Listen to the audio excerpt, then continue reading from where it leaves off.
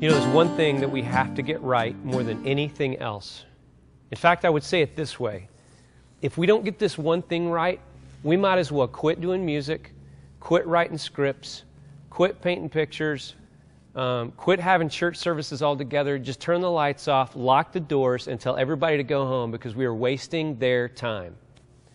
And you're wondering, why are you getting so serious about this? What are you talking about?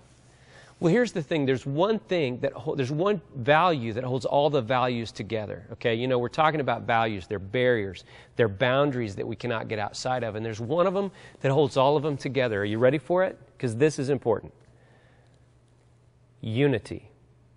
We absolutely have to have biblical unity with one another and the people on our teams, or everything that we do kind of gets flushed down the toilet.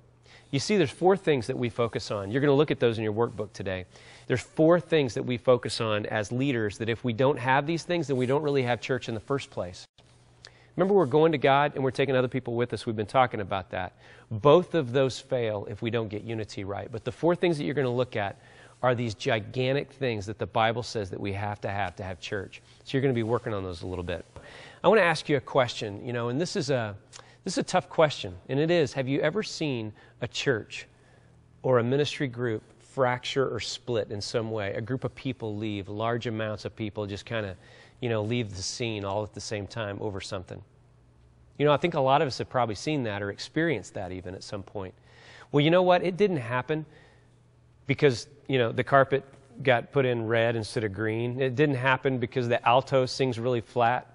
It didn't happen because the guitar player's strings are out of tune. It didn't happen because the video screens were blurry or because the pastor's mic keeps popping on or off or because we introduced some new art form into the church like drama or whatever. The real problem is that people couldn't get along. It was a lack of an understanding of biblical unity.